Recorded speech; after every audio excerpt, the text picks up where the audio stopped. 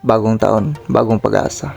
Oo, tama ka. Kaya wag mong masyadong damdamin yung mga pagkakataon na nabibiko ka. At hayaan mong maghilom ulit yung mga sugat ng iyong pagkadapa at magpatuloy sa paglakbay patungo sa pangarap ng iyong buhay. Ito yung bagong taon, ito yung bagong pag-asa para tayo ay babangon muli mula sa ating pagkadapa. Huwag mong damin ang sakit ng iyong mga sugat at ang pighati ng iyong mga nakaraan. Bagkos isipin mo ang iyong mga pangarap na hanggang ngayon ay hindi mo pa natupad, na siya ang dahilan kung bakit ka naging matatag kahit alam mong nanghihina at napapagod ka na. Lagi mong itatak sa iyong puso't isipan ang pangarap na yon, dahil ang pangarap na yon ang magbigay sa iyo ng tamang direksyon habang ikinaglalakbay sa mundong ibabaw. Habang nilalakbay mo ang daan patungo sa iyong pangarap, hindi mo maiwasan ang mga pagsubok, ang gutom, uhaw at pagod.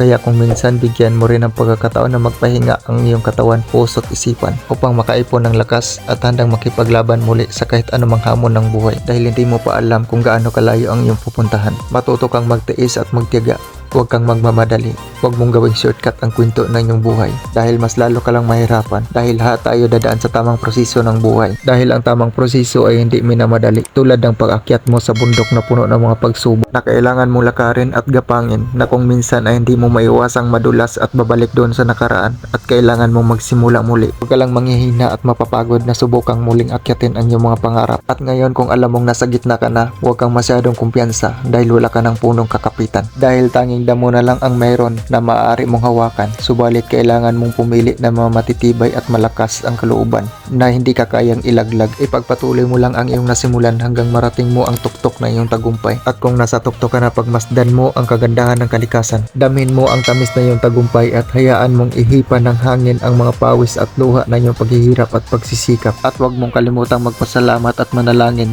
sa Diyos na may kapal, dahil kung ano man ang mayroon ka ngayon, siya lang ang may kagagawan.